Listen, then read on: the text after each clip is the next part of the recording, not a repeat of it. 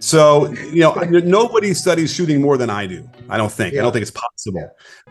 Well, I used to torture my players by yanking and stretching and pulling and trying to get their bodies to move like, Klay Thompson or some perfect form. And I've called some of the players and apologized years later because I couldn't believe that I did that to them. What does a coach looks in the tryouts in a player? Like like how can a player impress a coach?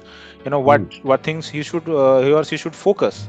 Hello people, welcome to the Indian NBA nerd YouTube channel. हम basketball related content बनाते हैं with the hopes of contributing to the sport in India.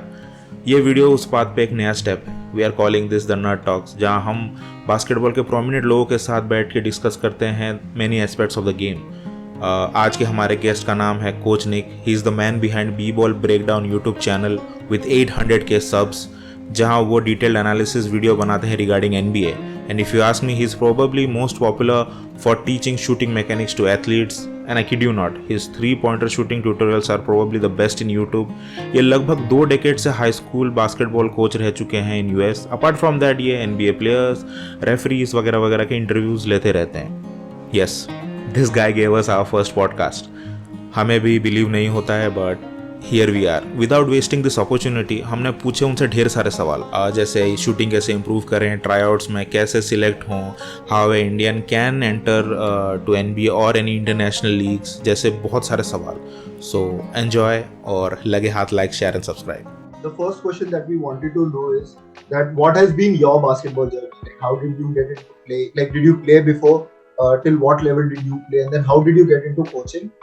And an added question, how did you get into creating? Like, you are one of the most active content creators. Like, I don't think there has been a week long span also in the past few years that you haven't posted.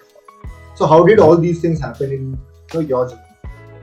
I mean, I guess if you want to start with how I started playing basketball, and I was actually a pretty good player. I was going to play in college at a small college, but then I actually visited University of Wisconsin, which is a huge college, and I fell in love with it. My mom had gone there, so I went, and then I ended up being a basketball manager.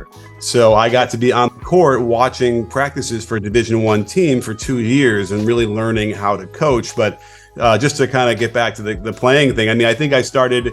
The school I went to, the grammar school, only had a basketball team. That was it. It was very small. So that was, there wasn't a lot of other choices to play. Although I played baseball and I ran cross country and I did other things, but I just had fallen in love with the game since I can remember, since, the late 70s probably. And it just sort of appealed to me in a way that nothing else did. And it made more sense to me than anything else did. So I was always that guy, even on the court when I was playing, who kind of was like looking at it from a coach's perspective to some degree. And it just, the thirst for knowledge never stopped. And then, it was a transition from learning how to coach, learning how to coach in college, but then sort of resisting that for a long time out of college. Until I finally was able to figure out, well, YouTube came along was one of the things. And then I also had gotten jobs as a coach at the high school level. So all those things kind of swirled around and led me to, where I was able to find a platform finally that allowed me to build up an audience. Yeah.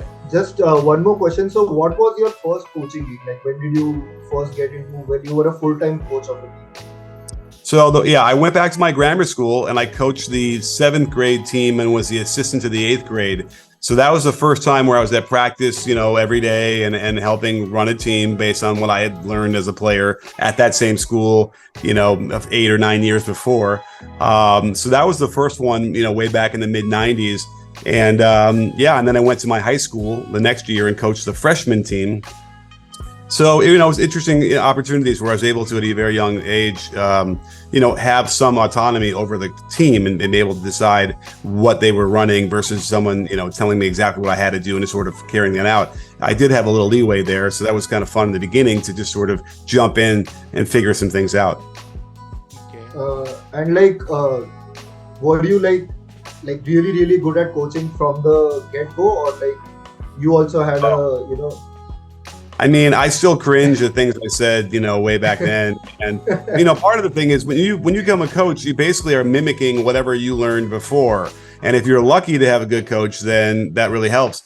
When I was in sixth, seventh, and eighth grade, I had a Bobby Knight style coach, which makes it worse because we were in sixth, seventh, and eighth grade, and he would do everything that Bobby Knight would do. But in Bobby Knight's defense, it was college age kids he would do that to. So it was really kind of traumatic in some ways.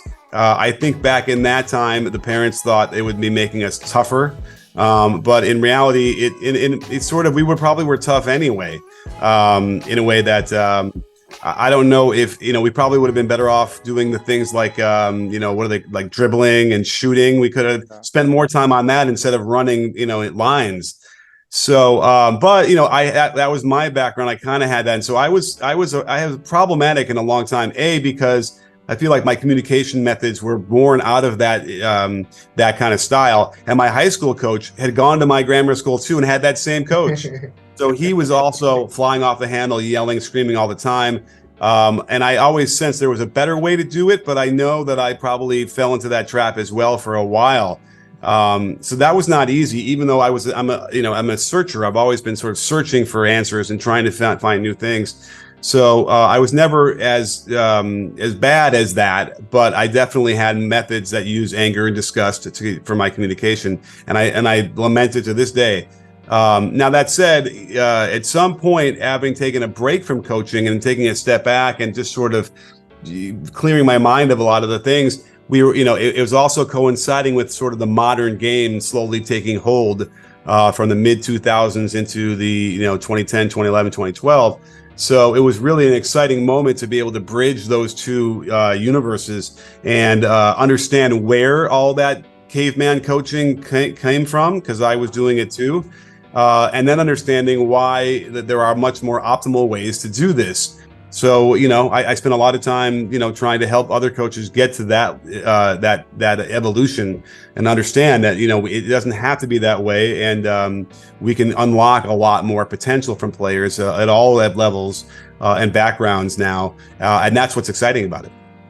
Coach, since you said that you have so much experience now teaching in high school, coaching in high school, basketball. So, we get a lot of question in our podcast, in our channel, and through multiple channels that, what does a coach looks in the tryouts in a player? How can a player impress a coach? What things he or she should focus. So these are it's a very broad umbrella, but if you can comprise them, brief them in a couple of minutes, you can just shed some light on this. It will be better for sure. our viewers. Yeah. I should do a video on this because this is a common question and it'd be really fun to do. I think, I can remember holding tryouts because it might be like this for most coaches where like 100 players might show up and you have spots for 30, and you have 2-3 days tops maybe to figure this all out. And it's like, what are you supposed to do? It's so many people and it's so, disorganized and everything. So, if you're a player and you're trying to stand out and there's all these players and, they're invariably going to have some 2-on-2, 3-on-3, and you're going to have to be able to, obviously it would really help if you could hit some shots, that gets everybody's eyes. But I've had players who, you said, hey, we're going to go, everybody line up there. And they're like, why? I swear to God, I've had players ask you, like, why do you going to do this? And that's definitely not what not to do. Like, don't question anything. You have to just be as eager as possible and do it with as much energy as you possibly can. Obviously, you can't guarantee you're going to make shots at any rate, whatever, but they're going to hopefully give you opportunities where you're not being guarded and they're going to throw it to you and you're going to shoot it. So you got to be prepared to be able to make shots there. But, obviously the defensive end is where you can't control more than anything else. So, if you can make plays on that end, I think that ends up, going very far in terms of catching a coach's eye. And then certainly and any kind of version of polished skills that you have, and even if it's down to like layups, right? You're going to have kids that are, weird shooting layups and they don't make them all, whatever. Even at the high school level, you'll see that. So it's like when the guys can come in and they can command the dribble and they're confident doing that and they look polished and they can lay it up properly and it goes in every time. Even that kind of stuff does get you, beyond the first, check mark of that might be, negative against somebody. So even that stuff is important. But I just think that how being eager and being ready and being the first one, like, if they do a run, some sort of sprint, win that or be in the top, 2 or 3. All those kind of things just starts to get you to stand out when the coach has to decide that they want to hang out with you for the next 6 months, right? That's what you have to be, as agreeable as you can and as nice as you can. So a coach would actually, to make that decision that they want to spend a lot of time with you. I just wanted to add on to that. So basically the layup thing is like a running joke in our channel. 20% of our memes are all about not making left-hand layups. So it's a pretty common thing. I mean, NBA players do it. So okay. Yeah. I mean, yeah. No, you'd be surprised at the high school level. Freshmen, some can struggle with that in the correct foot. The irony is that we want off-foot layups as well, where you jump off the left foot and shoot left hand. But for a long time, for my youth and beyond, we would spend their entire youth trying to train them not to do that. And you realize later, they actually do need that. Whoops. So I don't look down upon players now who might jump off of the off foot to shoot those. But you still need to be able to display you can do it with like a left foot jump, right hand layup. You know what I mean? You need to be able to at least display that as well. So, and those are things that, 5th, 6th graders can master before they get into that tryout. And so that's going to be a big one. And, you'll see that all the time. Any kind of layup line is a really common thing. And it's a great way to quickly get, your first impression as a positive one. Yeah.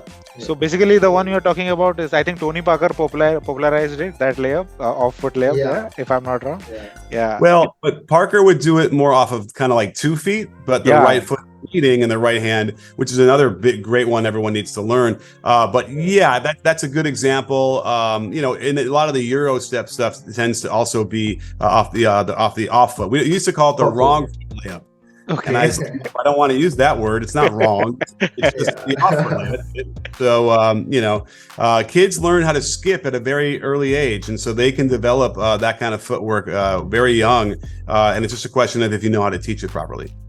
Yes, I actually want to, like, as a coach, you might really feel shocked when you get to know this. But in India, there are no 2-3 days for a selection. So I'll tell you my first experience in my college team, basketball team selection. We go through a right-hand layup line, we go through a left-hand layup line, and then we have a scrimmage of 5v5. In which, if you're lucky enough, you get a quarter, like 10 to 12 minutes. But most of the players get 5, max to max 7 minutes. So if you could, give a small answer for what to do in such situations, because 5 to 7 minutes is literally a really small time for a player to showcase what all do they what all can they do on a basketball court. Yeah, so it's very tough because you might not even catch the ball, right? You could go 5 minutes and somehow the ball isn't in your hands, and so how do you do that? I think the best way to do it, because it's really about what you can control when you have 4 other people who maybe they don't know you and you don't know them. And so if it comes down to it and you're not getting the ball, then you have to go get the rebound and bring it up yourself. Do you know what I mean? And then that would probably. So go get that rebound, take off. Everyone's calling for the ball, ignore them, and you're dribbling. So now you're showing some skill and some aggression and being able to bring the ball up. It would be awesome if you could throw a really nice looking pass, right? Like that would be cool and set the person up. Or if it works where you can do a move and then you can get the shot off. It doesn't even if you did a nice looking move and then pulled up and then maybe missed the shot. That's not so bad because you showed the ability to grab the rebound, push the ball, handle it, all that stuff. And then on the other end, like on the offensive end, like if you're not getting it, then get the offensive rebound. Go get that ball and get it off the rebound and put the ball back in. That's going to be your only hope. The one thing I do tell people sometimes is that a lot of times if you're not getting the ball and the guy near you has it on your team, you could kind of cut towards him, bringing your man over as well in his way. And if you go like behind him, he's kind of forced to hand it off to you, right? Yeah. So I wouldn't do it all the time, but there are ways to bring your man to get in the way of somebody else, so that kind of forces them to pass it to you. Listen, it's a very cutthroat world where you have to do. We have our first cut for the trailer. Like this is what we'll use for the trailer or the teaser of the podcast. This was a really good insight.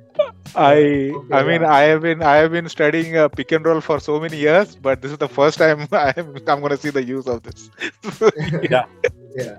Yeah, Aman, you want to ask? Yeah. Yeah. So one more, like another thing which is like very commonly asked like by mostly kids, that Steph Curry has like revolutionized the 3 point line, and nowadays when we go to practice, earlier on it was the Munkin drill, like the first thing we used to do was the Munkin drill, but now even we see people just run off to the 3 point line and start their game from there. So inherently people want to improve their shooting, and if I remember correct, you also made a video about the shooting fundamentals, about beef and forest shooting system. So if you can just share your thoughts about this and actually give a few tips to people about this practice of going and shooting threes right away, and how can they eventually improve where they make threes in the game, like not just in practice. Well, I used to torture my players by yanking and stretching and pulling and trying to get their bodies to move like, Klay Thompson or some perfect form. And I've called some of the players and apologized years later because I couldn't believe that I did that to them. So, nobody studies shooting more than I do. I don't think. I don't think it's possible. And so the more I learn, though, about it, the less I actually teach, because it becomes, the very specific things that I'm looking for that I can help unlock for people. And then their natural body mechanics are what they are. I'm not going to suddenly change someone's flexibility of their shoulder and the way their trapezoid, whatever this muscle is, trap muscle works. All is independent. But what we look for is alignment and rhythm. It's funny, I was just at a practice yesterday and showing, 10, 11, 12, 13-year-old kids this, where, none of the great shooters ever shot 10 toes to the rim square to the basket, even though that's all what we hear in, and you still see it in countrywide in other countries where they're still trying to force players to be, square to the basket. It makes it extremely difficult, if not impossible, to get your elbow underneath the ball and in line with the basket that way. So when you see players that are shooting it from the side of their head or over their shoulder, it's because they were forced to be square to the basket. If you picture Michael Jordan's famous shot in Game 6 against Utah, where he pulls up, it's one of the most picture perfect jumpers you can see, but his feet are pointing toward the left corner.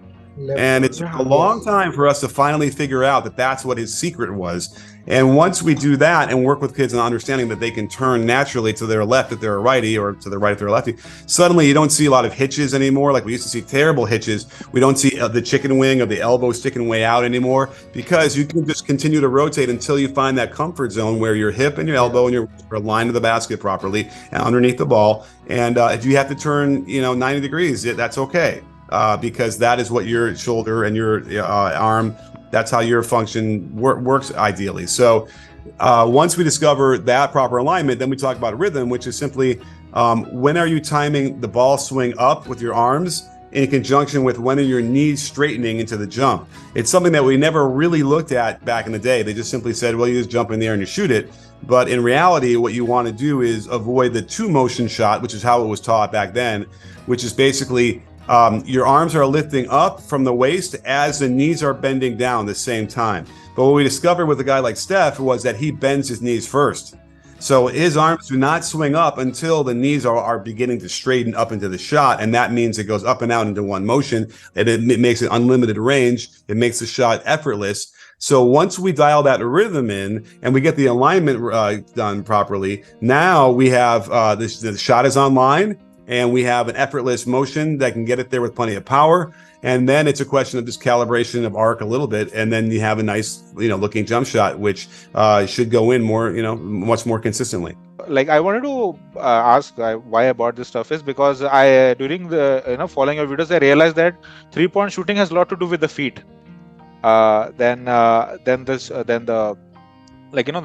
the shoulder upper part, body. upper body. So like if I am if I am somebody who wants to change, let's just say, or reform my 3-point shooting, how can that person work towards it? Because you said that you cannot change somebody's form, right? So how do you do some minute changes, like if over the head, if you can just give some tips.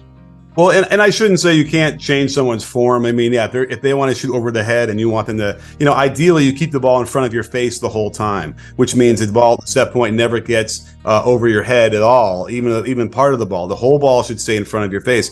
So if someone has been doing that, for instance, well, then that's a nice prompt where they can understand that and they can sort of work on that. And you can even like maybe put your hand there so that it would hit the ball if it went too close to the body. So, there are methods like that. I had a player I posted on Twitter a month ago who had a really bad hitch where his shooting arm would go across his body really violently on the release. And, he actually could make shots a little bit that way, but we recognized that it wasn't under duress. And when you're quick, having to hurry, it wasn't ideal. So we worked a lot on like even just opening up the flexibility of his shoulder by doing like some different kind of yoga stretches.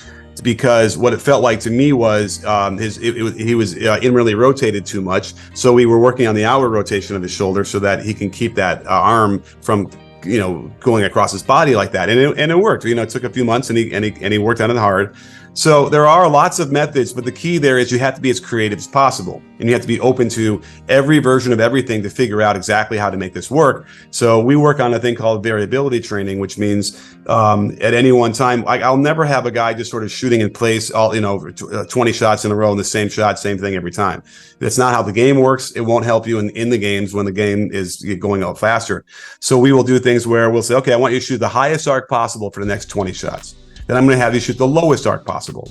Now you have cricket. I don't know if you do this in cricket, but in baseball, when you're getting ready to come up to swing the bat, we'll put a weight on the bat and you swing that for a few times, right? Okay. And then take the weight off, and the bat feels like nothing. It feels amazing. Nothing. Yeah. Having players shoot the highest arc possible and then the lowest arc possible for about 10 minutes, and then you say, okay, go back and shoot in your normal way. It feels so much better to them that just even doing that allows them, they start to make shots more and they feel a lot more confident mentally about that. So that method can apply to every little tiny detail you're thinking about the shot with the feet, the arc, the arm swings, all the different stuff. And eventually you might realize though that one of those tweaks that you did that was simply there to disrupt the nervous system, for instance, it might actually be better for them. And you would never have known that had you not done variability training. And that goes for, all those little details. So that's what's exciting about it, is that you might, just by a matter of warm up or, just to try and muck everything up a little bit to make them feel uncomfortable, you might find out, they're actually more comfortable doing that, and let's keep doing that.